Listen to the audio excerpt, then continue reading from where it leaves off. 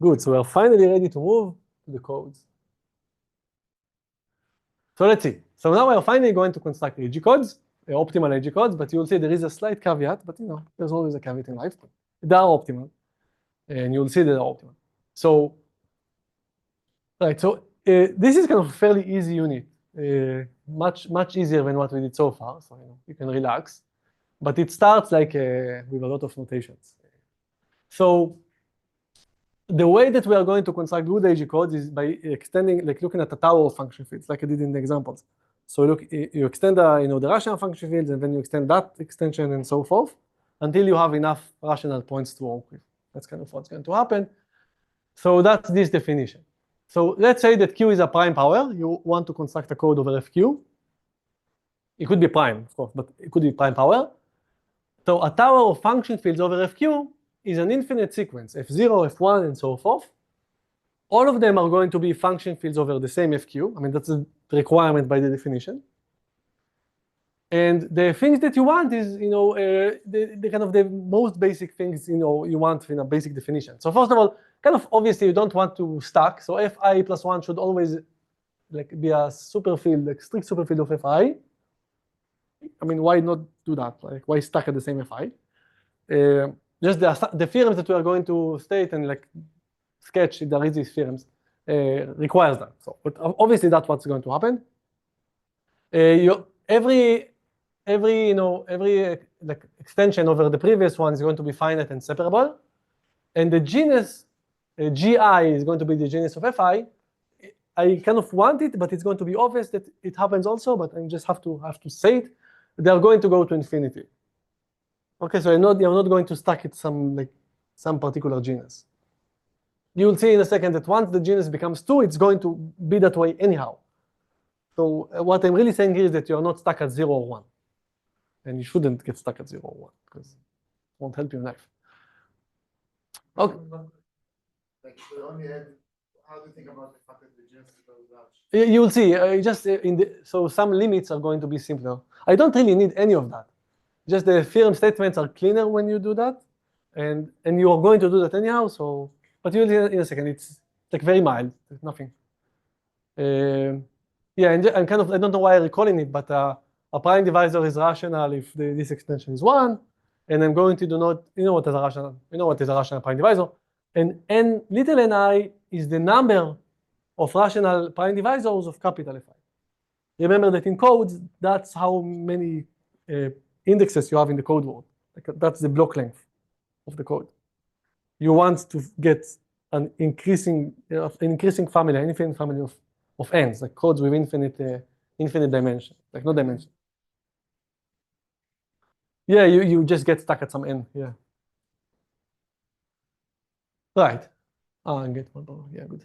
So I don't want to do it. It's so easy and kind of almost really pedantic, but it's really easy to show that once the genus is at least 2, it's just getting larger and larger. It's just by Horowitz genus formula. I have a factor of 2 there lying around, so once you go beyond 2, it's 3, and then forward, so forth. So you can easily check that this claim that I had before, the requirement, is immediately follows once the genus is at least 2 at some I, because then it's going to be strictly increasing, so don't worry about that. What I do want to talk about is this thing. So there are 2 important sequences here. So I'm looking at, first of all, at the sequence of rational ratios between how many rational points do you have, ni, of Fi, and the degree extension of Fi compared to F0. I think of F0, by the way, as the rational function field, Fqx, but it doesn't have to be like that. So the first one is just the simplest one. So this tells you how many rational points do you have, the fraction of rational points or whatever. And what I claim in this claim is that this is a monotonely decreasing sequence. Okay, it's always against you. I mean, I want it to be large, and it's bad.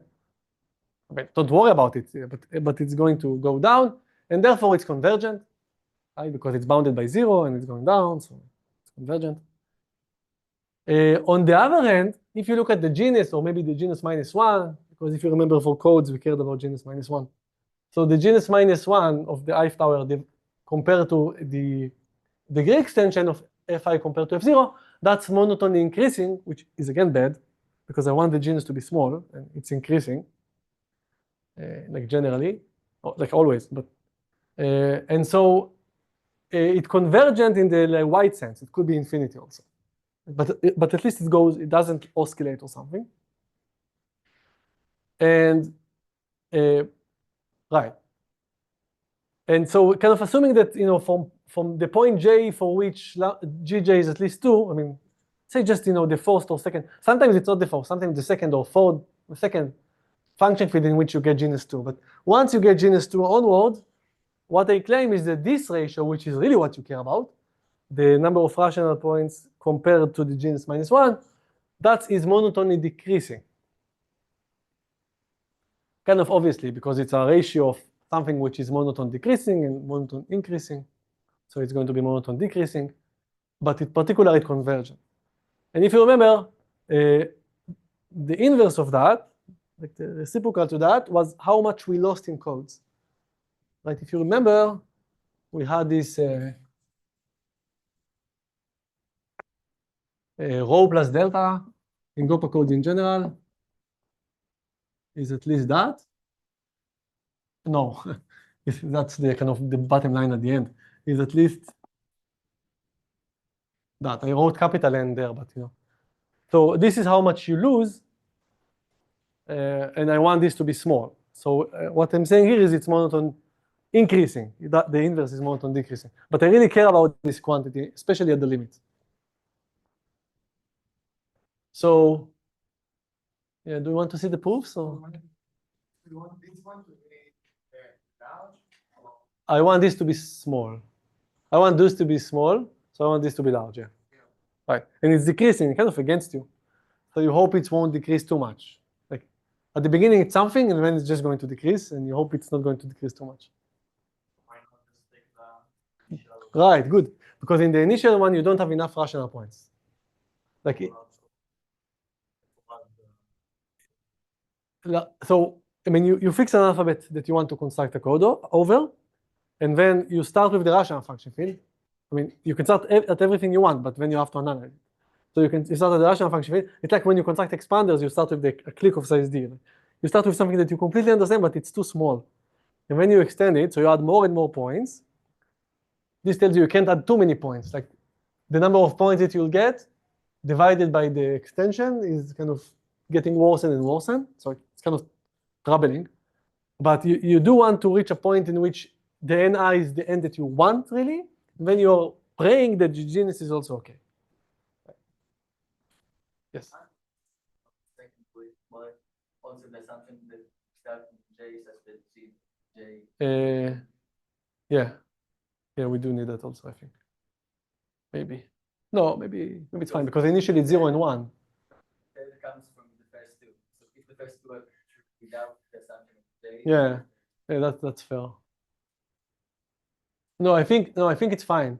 I think that here the one thing I didn't want to do is to divide by 0. Yeah, right. Good.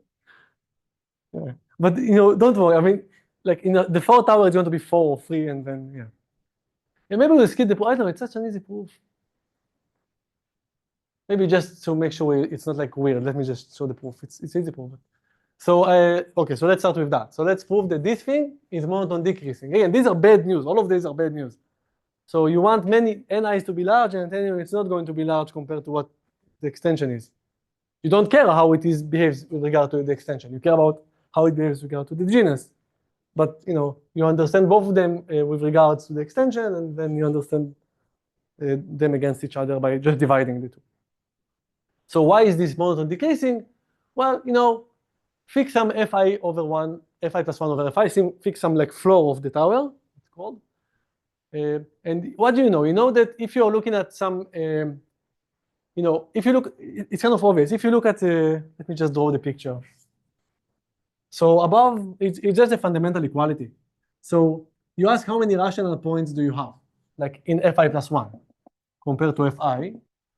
And above every particular prime divisor, you have at most the degree extension, right? Because the fundamental equality tells you that the sum of EI FI is, so you really have all of the EIs in FI to be 1 in order to get full like split like that. And the only rational prime divisors above are coming from, there are above prime divisors below.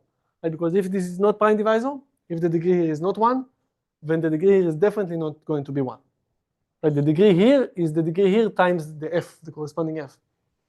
So what I'm saying is that the only potential for prime divisors in the upper level are coming from lower prime divisors, like rational prime divisors. Sorry. The only rational prime divisors in Fi plus 1 are coming over rational prime divisor of Fi, and over any particular one like that, you get at most the degree extension prime divisors, rational divisors. So that's what's written here. The number of rational prime divisors is, take any rational prime divisor in the previous level, it can extend at most by that number. You won't get something from a non-rational, and every rational will give you at most that, so that's the equality. And then just, divide, and that's it. Why do the genus, like this is kind of maybe more interesting, why does that monotonely increasing? Going down. Yeah, it's bad. Same. Yeah. Yeah, I don't think it will be, but yeah, it could be potentially. So Yeah. okay. Yeah, it's going to go down slowly, hopefully, in good hours. Maybe there are examples in which I don't know. I don't think so. And so again, going backwards. So why this thing monotonely increasing, which is again bad. So why is this happening? So let's see. So by Horowitz genus formula, you know that there was 2g minus 2 is equal to this f over e divided by L over K, but K is L, so it's the same FQ, times 2G over 2, and then there was a plus the degree of the difference. So even if I'm ignoring the degree of the difference, just saying without knowing that, the Horowitz genus formula tells you that this is lower bounded by that. And actually, it's lower bounded, you lose something actually, but you lose the degree of the difference. But even ignoring that, that's enough. So because of that, if you divide by the extension of Fi plus 1 versus F0, then on the one hand, you'll get this. On the other hand, you'll divide this by Fi plus 1 over F0. But, these things kind of cancel. The Fi plus 1 cancels, and you get Fi over F0. You just break the upper one, the lower one to Fi plus 1 Fi and Fi F0. And that's it. That's what you wanted to show. It's monotonely increasing. Right, and you actually do get also the contribution of the difference, but it doesn't matter. Okay, so because of that, I can define limits. Now things are at least, maybe they are doing it in the wrong direction, but at least they are converging. So let's define the splitting rate of a tower, F0, F1, so forth, to be the limit of this Ni over Fi of 0. I want this thing to be large. Definitely, I want this to be non-zero. But I want this to be large. I don't know if I want this to be large. I want this to be large compared to something, but I want this to be, generally speaking, I want this to be large. And let's define the genus of the tower, like using gamma, to be the limit of the other ratios that we saw, which you know is increasing.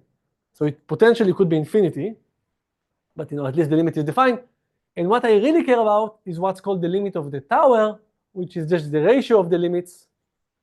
Or the limits of the, whatever you can switch. The limit of Ni over Gi, right? Because everything is monotone, so you can switch limits and the ratios and stuff.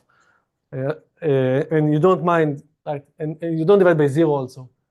And I also think I kind of remove the -1. I don't know if you noticed, because no one cares. It goes to infinity, so the -1 doesn't change anything. The Gi is going to infinity. So the limit of the tower is the limit of that. That's the real number you care about. Or maybe with a -1 here, which doesn't matter.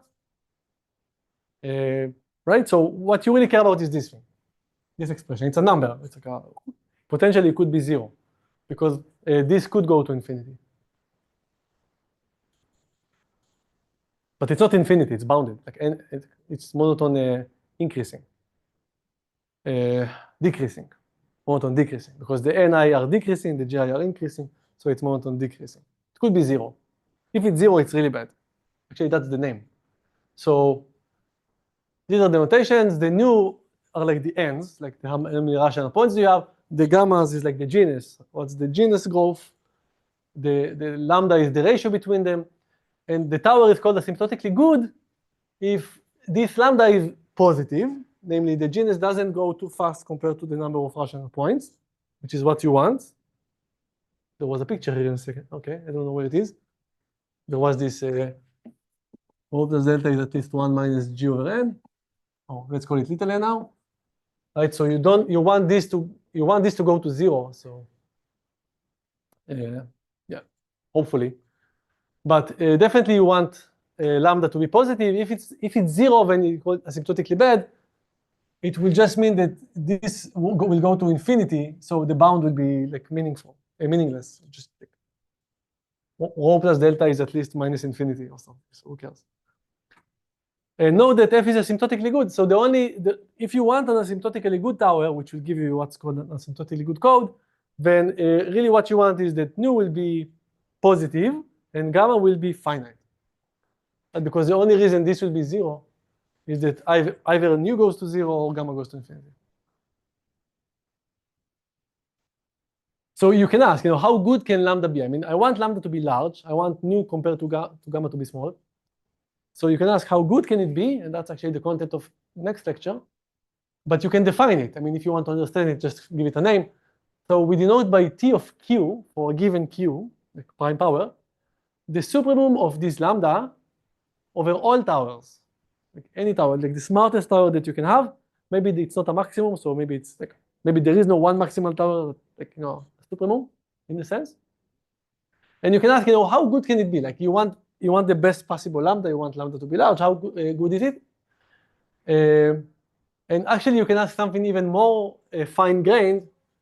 Here, you kind of take the genus to infinity and work out. You can ask, for a given genus and a given Q, and then if you want, you can limit that to infinity. But for a given genus and a given Q, you can ask, what's the maximal number of rational points that you can ever have from a curve over FQ with genus G? So for example, like to answer your question, so when the genus is 0, so that's the thing you understand, then we know that this is just Q plus 1. Right, because, actually it was something that Tomer did also in the recitation. So genus 0 function fields are either the rational or something very close to that.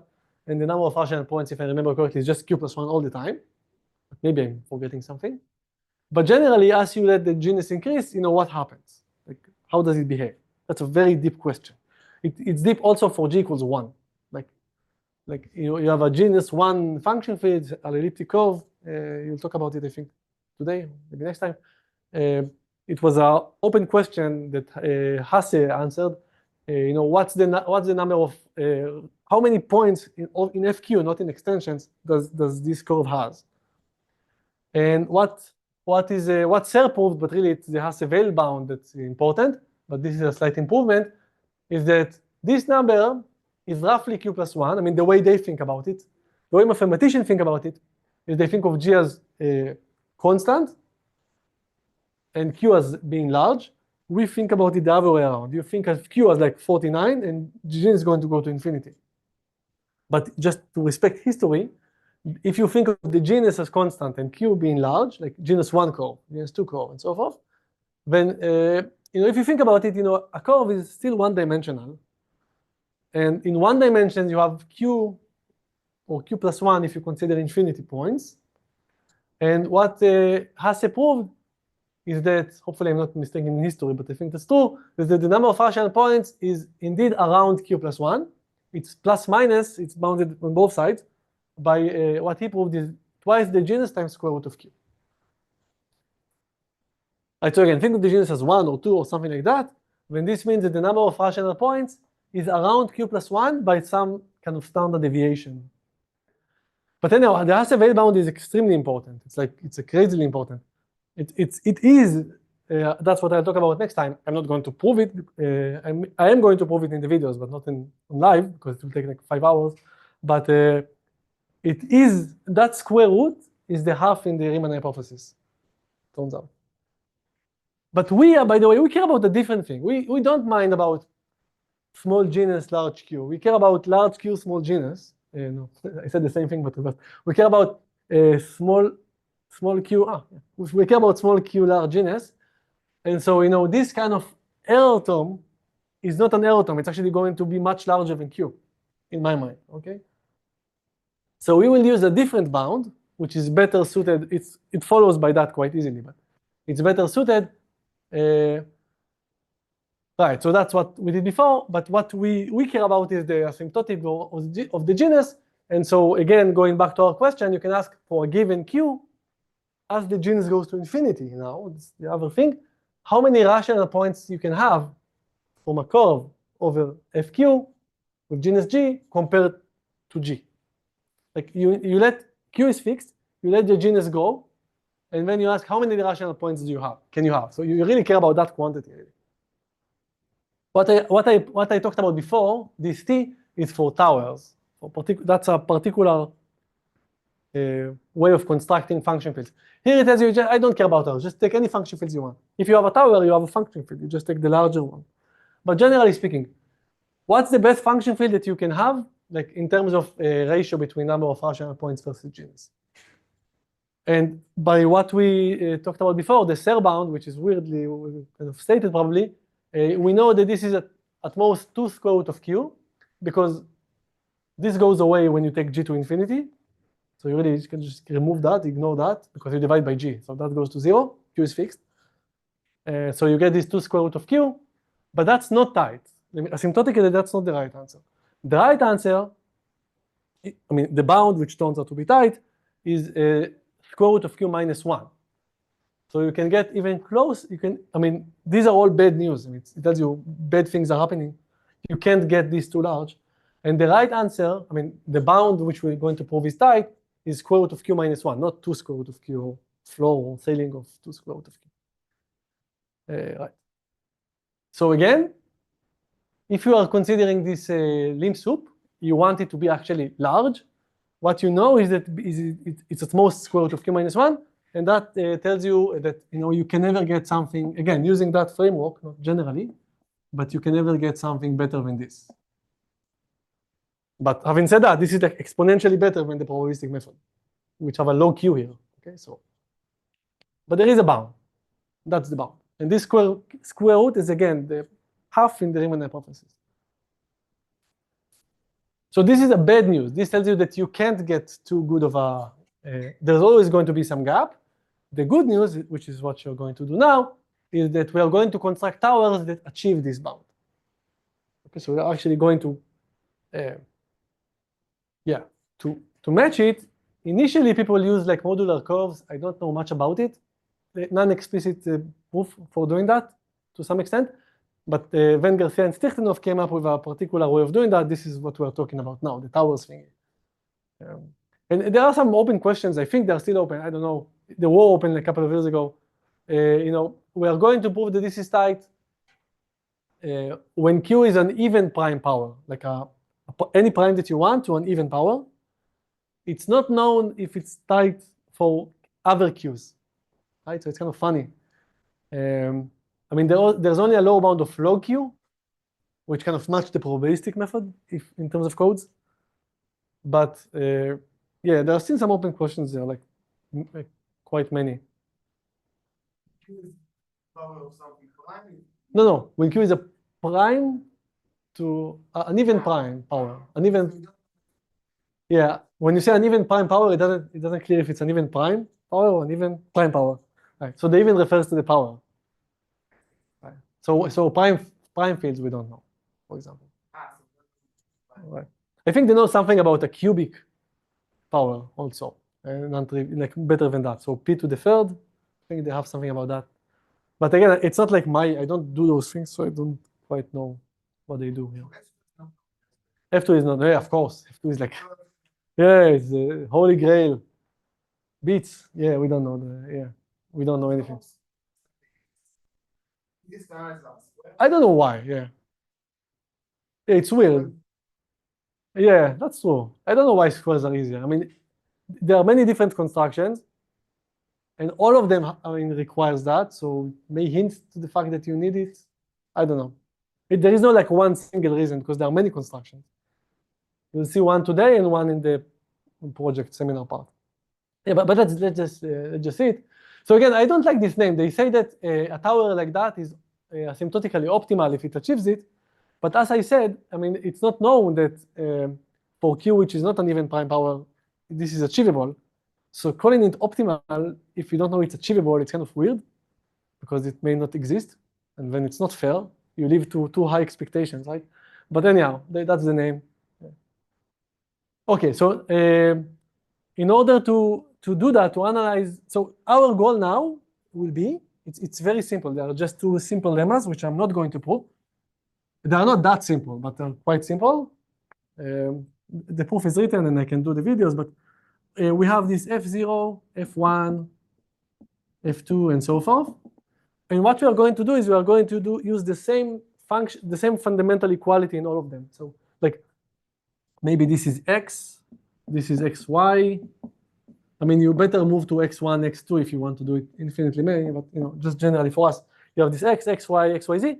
What we are going to focus on is, I mean, even doing that, you can get optimal towers. I'm going to use the same equation for all of them, but only apply to the last two. So for example, f of xy equals 0, f of yz equals 0, and so forth. But I'm going to use the same equation. I mean, you can ask, maybe you can do something better. I mean, maybe you can, I don't know. But the nice thing about, you know, when doing that is that you only have to analyze, it's not obvious, but you only have to analyze this one. And then you can infer about everything. That's what I'm going to explain now. But it's nice that you only have to analyze like one extension over the rational function field, and then you can understand everything. Right, because it's the same f, and there is some recursive structure that's happening. No, yeah, for every f. Like, you know, maybe, yeah, for every f. I mean, we are going to do it for some f's, but it's for a family of f's, but it's for every f. So that's what I'm referring to here. Yeah, so this whole thing just tells you that, yeah, don't worry about that. Yeah, this is important. So let's say that you have a tower of function fields, and I'm going to denote by split of the tower. So these are all the rational, P1 mean rational, like degree 1. All the rational prime divisors in the smaller, the lowest possible floor, essentially the rational function field, which splits all the time, like splits completely. Right, so what I'm looking at, when is an element is in the split of f, if it splits completely, like it has the degree extension, prime divisors above it, and therefore they have to be rational, right? Because you can't have f equals more than 1 if you split completely by the fundamental equality. But I do want that every prime divisor above them would split completely and so forth.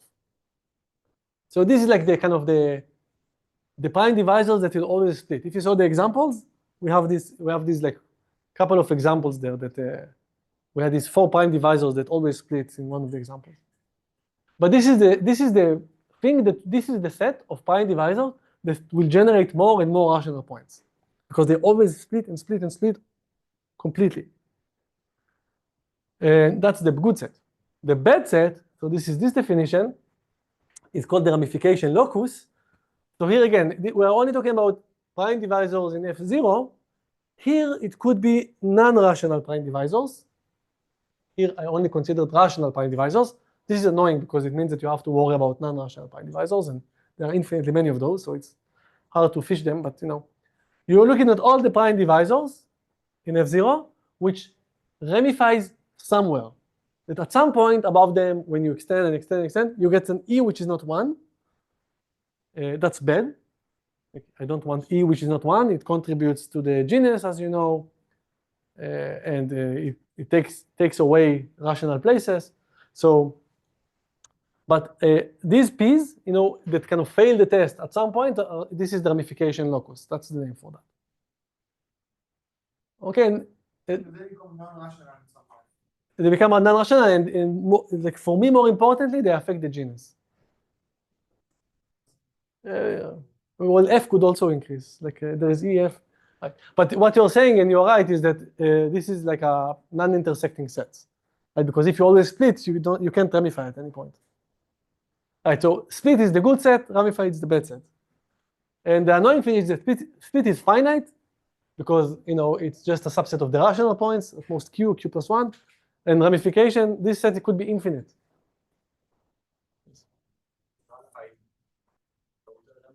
Right, no, just ramified. So E is larger than 1. Right. That will be enough to annoy us. Totally ramified is like worse. But, They are essentially together by degree part of the. no, because it may be the case that F is 1, not F is not 1, not E. So it could be that you don't always split, but you have no ramification above you, but F, there is an E and F is 1. Right, so potentially it's not everything. That's a good question, yeah. So yeah, so maybe let's just prove this, just stay this claim and take a break. So what I'm saying, and that's what I kind of said now, actually, it's an obvious claim, is that this nu of F, which I care about, how many rational points do you have at level, like compared to the degree extension as you go to infinity, you want a bound, a lower bound for that, and the lower bound is the split size. Kind of obviously, right? Because if a prime divisor always splits, so it splits exactly according to the degree extension. Right, so always splitting means that you split according to B, the number of prime divisors above you is the degree extension. And if this keeps happening all the time, when you divide by the degree extension, you get just like 1 for every such prime divisor. Right, so the picture that I have in mind is this thing. It is very simple. So you have a prime divisor that is in the split. Then what happens is it's going to have that many, like F1 over F0, prime divisors above it, and each of them is going to have F2 over F0 over F1 prime divisors above it. They're always going to split completely. So this means that above this guy, they're going to be at level I, Fi, the index of F0 in Fi, prime divisors above it. So when you divide it by Fi over F0, which is what you do in the definition of nu, here, then you get S. Potentially, there could be other prime divisors which are not in the split. There are prime divisors which do split. I mean, maybe the degree extension is 3, but they split to 2. So you gain something from it, but asymptotically you gain nothing from it. Because it's like 2 to the n doesn't contribute when you look at 3 to the n. Right, so I mean, like when you look at small codes, you can actually gain from prime divisors which not totally split, but it's not enough asymptotically, so we kind of ignore them in the asymptotic calculations. All right, so all I said here is that once you know that the split is large, you know that nu is large. Yeah, let's take a break and then we'll continue.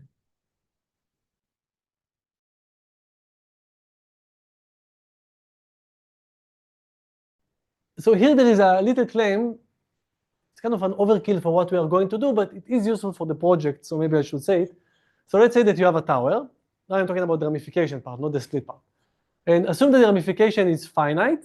I mean, I told you the ramification set could be infinite, but let's say that it's finite. I mean, if it's infinite, you're dead in the water. Like it's going to be 0. So, right? But assume it's finite, because the genus is going to be infinite to go. And that for every prime divisor that ramifies, like in this sense, that in the ramification set, the different exponent is not much larger than the exponential, than the ramification index. Okay, so there is some number a small p, depending only on small p, not on capital P, not too important, such that, no, it's important actually. Depend only on small p, on the one at the bottom, not on everything above it, which always bounds the ramification, the different exponent using the ramification. For example, Dedekind told us that it can be smaller than 1, right? So the different exponent, it related the different exponents to e minus 1. Generally speaking, the different exponent can be larger if the characteristic divide the different exponent. You will talk about in the project. It's always like a multiple of p minus 1 or something, turns out, of e minus 1. Oh, but never mind. But anyway, assume that you have some control, that's what I'm saying here, on the different exponent in the ramified places, then you can bound the genus, like the asymptotic genus, the genus of the tower. So it's just going to be this thing. I mean, there's the genus of essentially the rational function field, or the first thing that you have, And then for every bad prime divisor, you just multiply its degree by this bound that you have. It's a trivial calculation. Just plug this assumption into Horowitz genus formula, and you get this bound. So I'm not going to do it. It's just like that. So what is gamma again? Gamma. That's the genus, like the limit of the right of G over GI over FI over FC. So you want it to be small, and you Right. Right. So I'm saying you can bound it once you know the right. Right. Exactly. So it's in the examples that we're going to have. In particular, if you combine the two, so we have this theorem that I didn't like, it's an easy claim, and you have the previous one about the splits. And so if you just like literally take the ratios, if you combine the two, then you can show that, assuming you have a split, I don't know, you have one place that splits at least all the time, then immediately you're going to get an asymptotically good code, asymptotically good tower, sorry. And the bound on lambda, you want lambda to be large. The bound on lambda is twice the split size divided by this expression that we had before. I multiply everything by 2. That's why I have twice the split, right? So in this thing, you have like a half, and you didn't like it. So I just multiply everything by 2. So it's S over what was written before, but I just multiply by 2. And it's obvious. You just plug in the two bounds, the upper bound and the lower bound, to the numerator and denominator. And let's not bother ourselves doing that. But you see, once you have one place that always splits, and once you have this control over the ramified places, you have a good tower, which yields a good code, by the way. Okay. But it doesn't necessarily go to the bound. It just like not. No, yeah. It's just not miserable, right? It's not optimal. Yeah. But if now I'm going to use that, that's the general thing. We're not going to use that today. You are going to use that in the projects, but in one of the projects. But if the tower happens to be tame, which means that all ramification indices everywhere all the time are co-prime to the characteristic, which by the way happens if the characteristic is larger than the degree extension. Like, right, for example, in F5, you look at y squared equals something. E is going to be 1 or 2. It's always going to be co-prime to 5. It's something that's easy to do. In that case, the APs that we had before, that I kind of quickly mentioned, they are just 1 by Dedekind's theorem. You know that the difference is E minus 1. So the bound is just using 1. So plugging it here and denoting by R just the sum of degrees of bad prime divisors, when you get this bound. So lambda is at least twice S, just from before, divided by R minus 2. It's just plugging it to what happened here. So this is and the genus is 0. Like I'm starting with the rational function field. That's written there, I forgot to say. This thing I denoted by R because the APs are 1, and this is the minus 2 that you have. So it's 2S divided by R minus 2. I mean, this is the last recipe that I need now that we can see the examples, because you see, now you know that all you have to do in order to bound your function field, you may ask if it's a good bound or not, but it's going to be an optimal bound anyhow. So you just have to ask yourself, how many splits do you have, and how many ramification prime divisors that ramify at some point do I have? Weight them by the degree, and once you know that, you can easily have a bound on lambda. Again, everything is kind of obvious from what we did. Yeah, don't worry about that. Okay, maybe I should say that. That's the one thing I need before the examples. But I wonder if I want to say much about that. Yeah, maybe I'll just say that. Yeah, that's a claim. That's not an obvious claim. You see, there is like a proof. I need a proof. But maybe let me just state that. That's one little thing which I'm proving the video. Is that if there is one prime divisor somewhere in the tower that fully ramifies at some point everywhere, I don't care where, then you are guaranteed that the constant field, like at every level, you are guaranteed that the constant field will stay FQ. Okay, so there is an easy test. That's what I'm saying. There is an easy test to make sure that the constant field doesn't increase. Just make sure that some place fully ramifies. Yeah, I want to work with FQ all the time. I want to code over FQ. I don't want to start with a tower. In my mind, I want to construct a code over FQ. Right. I want n to increase, like the number of rational prime divisors that I can evaluate at, but I want q to be the same. We won't be rational, right? It will be FQ squared now. You can send them as FQ. Right. And by the way, you can maybe benefit from that. Maybe you can construct better codes by also evaluating it, non-rational. No, you can do smart things. You can take that element and maybe split it to 2 in some way. I mean, what is q squared? It's like 2 q's, right? So it's 2 q elements. So people do kind of things like that, not in the context of AG codes, but they do those things. This is a more elaborated version of code concatenation. How can you reduce the alphabet size? But so maybe you can do that in smarter ways. I mean, we are working on this thing. So I'm just saying. Okay. But here we are looking at the simplest possible case, just rational places and so forth. Yeah, so don't worry about that. That's a technical thing. FQ will stay the same. Yeah.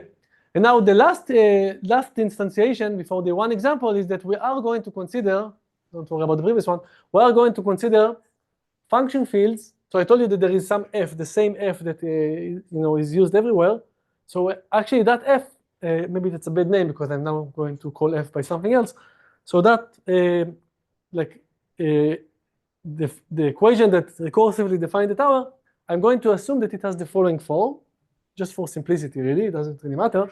It's some rational function in y equals some rational function in x. Like in our example, these were polynomials. Y squared equals x cubed minus x. I mean, there is no y times x, for example, in this thing. So I'm going to only consider towers that are recursively defined, and the recursively defined meaning I'm using the same equation all the time, and the equation takes this form. So something about y equals something about x, rather than yx squared minus y over x plus 1 equals 5, which is more convoluted, right? So for me now, that's what's going to happen. The first floor is going to be f of x, like f5 of x or whatever, and then we are going to extend it by adding a y that satisfies this equation with the existing x, and then a z with the existing y. So that's the definition of a recursively defined tower. You can read it, but you don't have to. I think you understand what I mean. Don't worry about things. And finally, we are ready to the example. This is a bad name. It's not an example. It's an optimal tower. It's a very bad. I mean, it's such a reductive name. It's a fantastic example that you actually saw, or a variant of it. So this is the optimal tower that we are going to consider. Okay, so we are going to consider starting with fq for whatever q you want. It has to be I mean, you will see in a second why, but I do want it to be odd, but I will also have it to be a even prime power. Okay, but generally for now q is anything that is odd, and I'm looking at this extension, like the tower extension with this kind of defining equation. In the examples, I did the same thing without the 2, I think. Right, x plus 1 over x. So it's the same thing. The 2 doesn't matter. If square root of 2 is in your field, you can just put it in the y squared or something. It doesn't really matter. But let's look at this thing. So assuming that u is odd, we know that we are in the tame case, namely, the degree extension is 2. So you can never have the characteristic dividing e, because e is just 1 or 2, and the characteristic is odd, so you will never have characteristic dividing 1 or 2. So you're in the Kummer extension case, right? You have y to the n equals u, but now y to the n is just y squared, and u is this particular u. That's why we did the Kummer. Okay. Right. So technically, what I should do is kind of verify everything. I should verify that fi is not fi plus 1. I think it's kind of obvious. You add square root of stuff that shouldn't have been there, but technically I should do that. I should prove that this is a separable extension, but this is a degree 2 extension. It's always normal and separable. It's Galois, but you can also do it by hand. I need to prove that FQ remains the constant field if I want to kind of have a tower with the same FQ. This will follow once I'll show you that there is a place that totally ramifies. That's the remark I told you. And it would also imply that, because if they were the same, no place would have been ramified.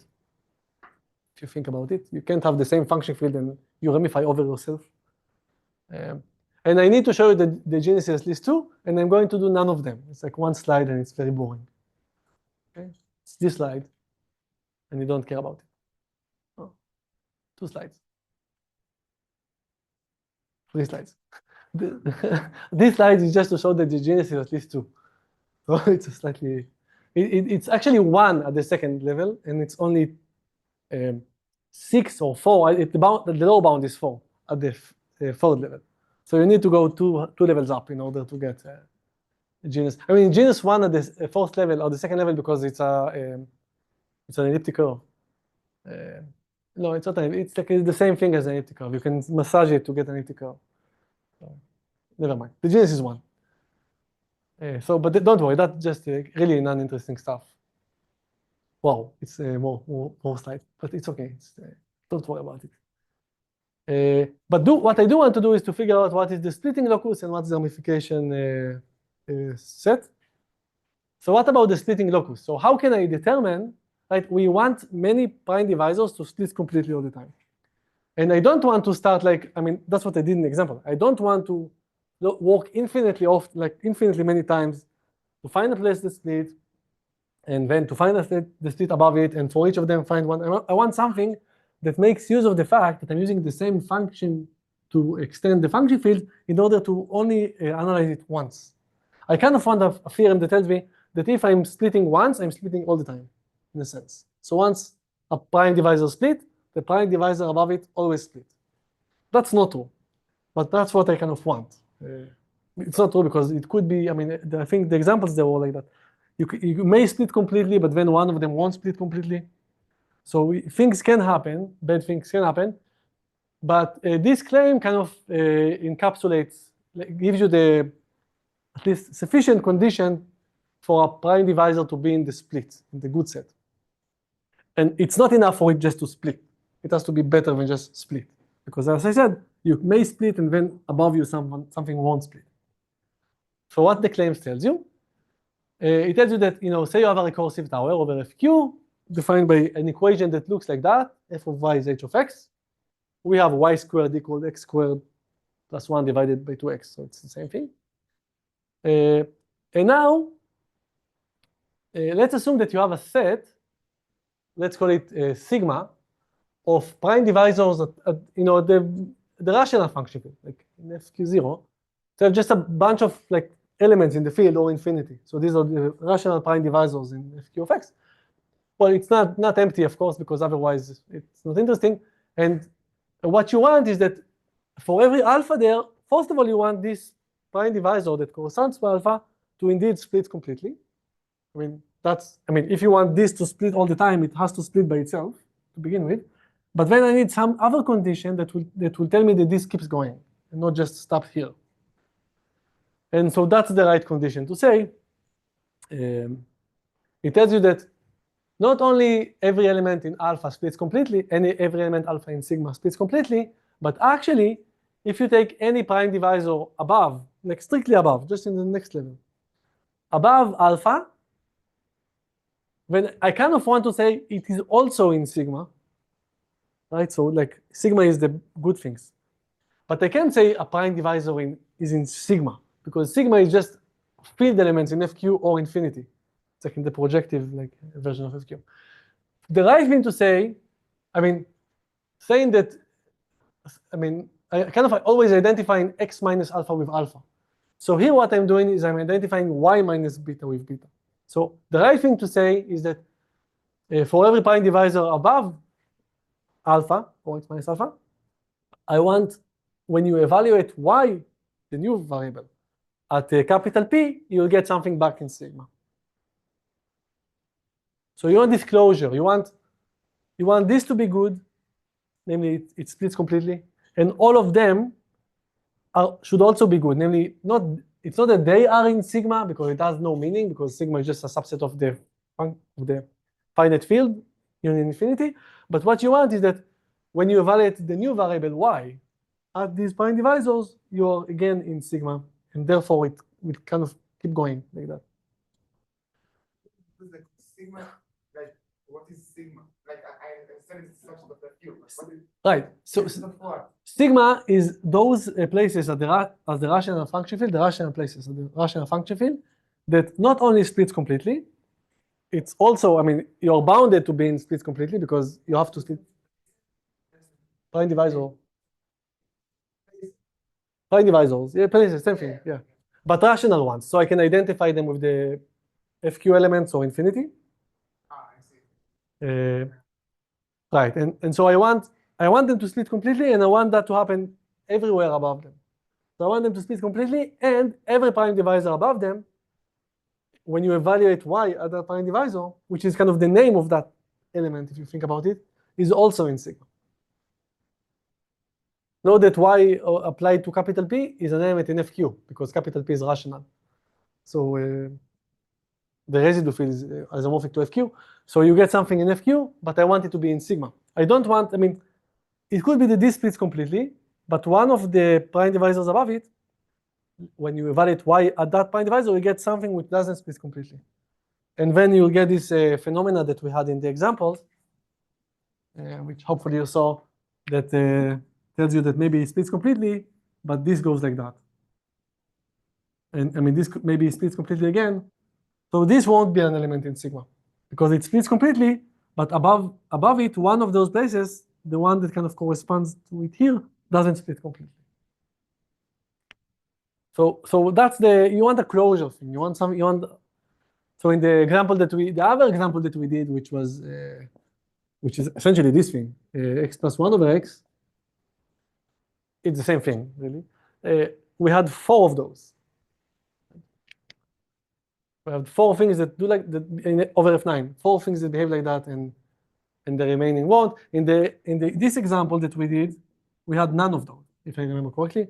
I mean, some of them kind of started to split completely. I don't remember how many were there, but then they always kind of failed right after or something. So there was nothing that some did split completely, but they split to things that at the next level didn't split completely. And that won't be good towers. We go to 0. So anyway, you want this set, and if you have that set, sigma, then what I'm claiming, well, I think it's kind of intuitively clear, but actually it requires some work, that then nu, which we care about, is at least sigma. Because intuitively, sigma is those things that will never disappoint you. They split, and above them they're split, and above them they're split all the time.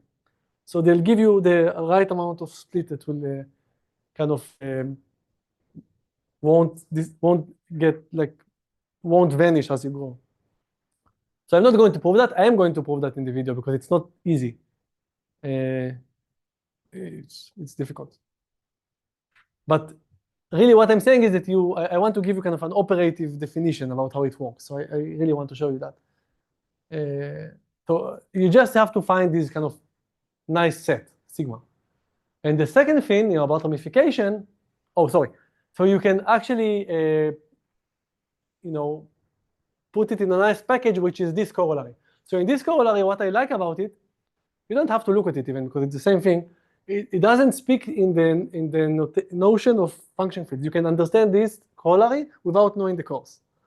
So that's nice, except for these brackets, really, but don't worry about it. So, so what am I saying? So let's say that you have a recursively tower. I mean, the recursive tower is something about the course, but we just defined it a second ago. So it's something that's easy to define. You need to know what a function field is. So technically, you need to know some stuff, but not too much. So say you have a recursively defined tower of these 2 functions, like we have. Let's denote by m the degree of y. In our case, it's 2.